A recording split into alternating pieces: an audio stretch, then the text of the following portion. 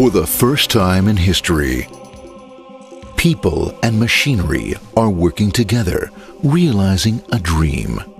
A uniting force that knows no geographical boundaries without regard to race, creed, or color.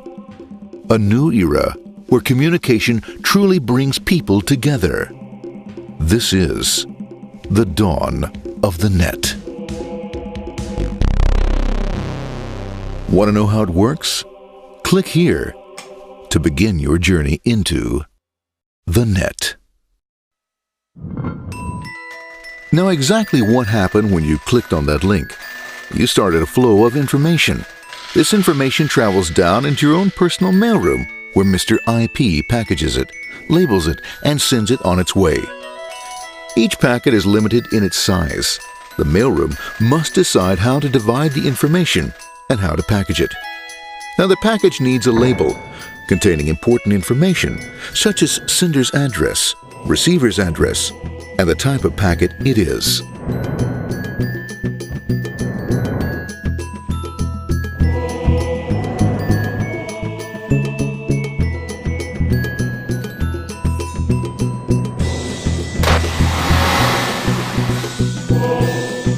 Because this particular packet is going out onto the internet, it also gets an address for the proxy server, which has a special function, as we'll see later. The packet is now launched onto your local area network, or LAN. This network is used to connect all the local computers, routers, printers, etc. for information exchange within the physical walls of the building. The LAN is a pretty uncontrolled place, and unfortunately, accidents can happen.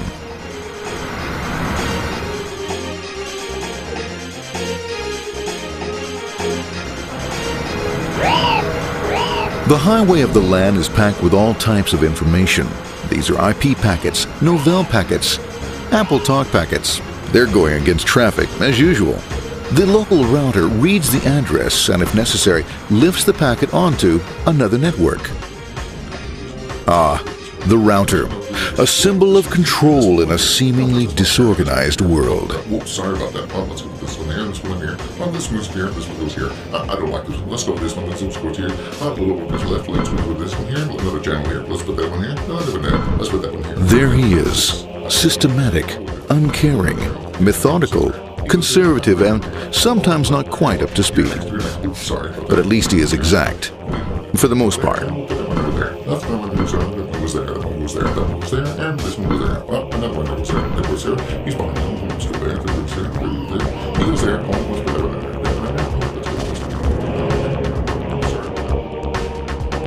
there. As the packets leave the router, they make their way into the corporate intranet and head for the router switch. A bit more efficient than the router switch plays fast and loose with IP packets, deftly routing them along their way. A digital pinball wizard, if you will. Here we go, here comes another one, and it's another. Watch this, Mom. Here goes, whoop, we're on the back. Hey, in there, over the left, over the right, over the left, over the right. You got it, here it comes, right on, he shoots, he scores, it's going. Hey, wait, here, watch out, here comes another one. Oh, here we go, and it's gone, As packets arrive at their destination, they're picked up by the network interface, ready to be sent to the next level. In this case, the proxy. The proxy is used by many companies as sort of a middleman in order to lessen the load on their internet connection, and for security reasons as well. As you can see, the packets are all of various sizes, depending upon their content.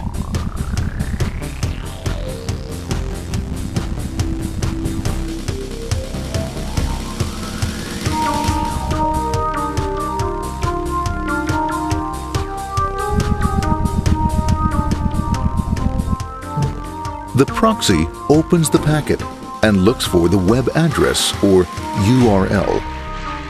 Depending upon whether the address is acceptable, the packet is sent on to the internet.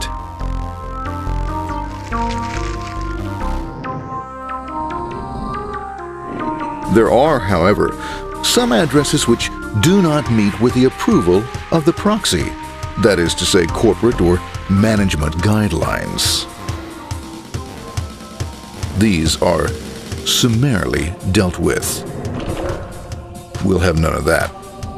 For those who make it, it's on the road again.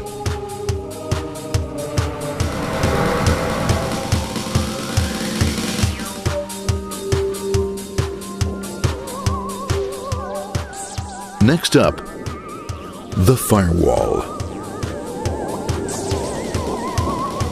The corporate firewall serves two purposes. It prevents some rather nasty things from the internet from coming into the intranet, and it can also prevent sensitive corporate information from being sent out onto the internet. Once through the firewall, a router picks up the packet and places it onto a much narrower road, or bandwidth, as we say. Obviously, the road is not broad enough to take them all.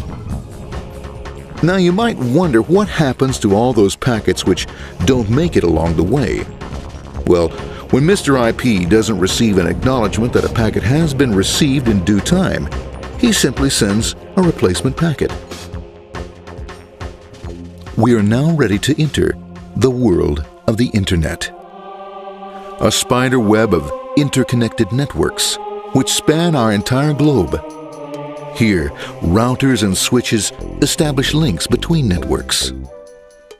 Now, the net is an entirely different environment than you'll find within the protected walls of your LAN.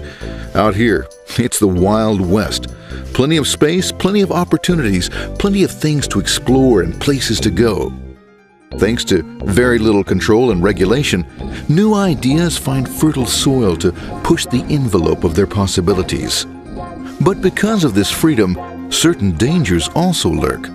You'll never know when you'll meet the dreaded ping of death. A special version of a normal request ping, which some idiot thought up to mess up unsuspecting hosts. The paths our packets take may be via satellite, telephone lines, wireless, or even transoceanic cable. They don't always take the fastest or shortest routes possible, but they will get there. Eventually. Maybe that's why it's sometimes called the worldwide wait.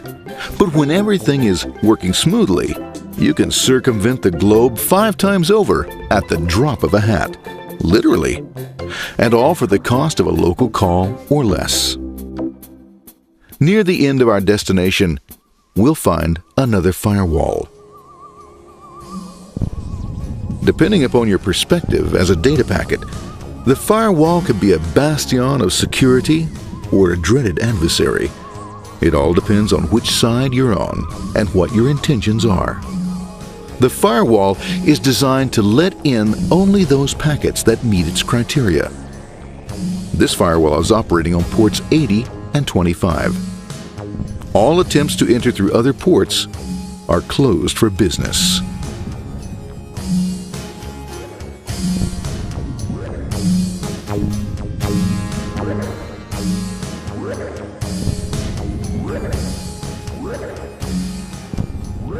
Port 25 is used for mail packets,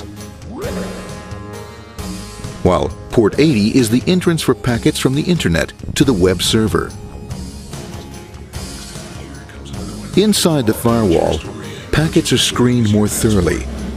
Some packets make it easily through customs, while others look just a bit dubious. Now, the firewall officer is not easily fooled, such as when this ping of death packet tries to disguise itself as a normal ping packet. It's okay, go on, it's okay, no problem.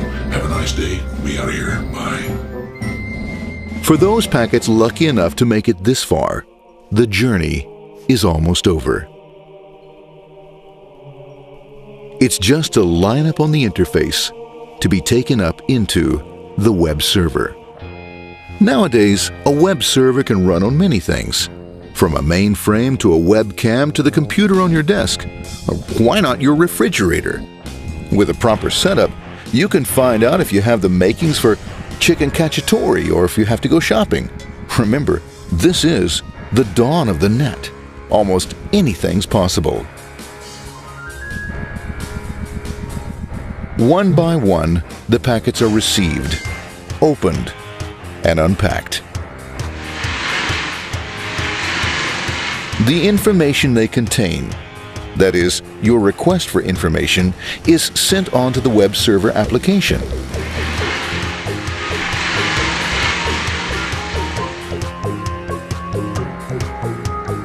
The packet itself is recycled, ready to be used again, and filled with your requested information.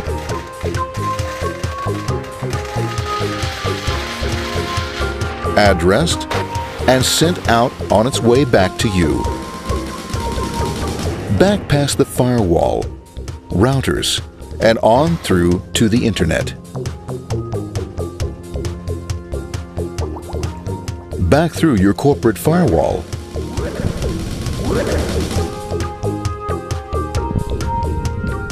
And onto your interface. Ready to supply your web browser with the information you requested. That is, this film.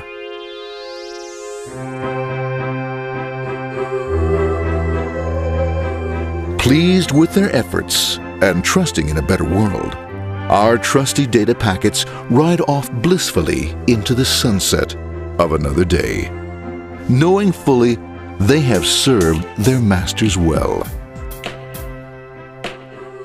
Now, isn't that a happy ending?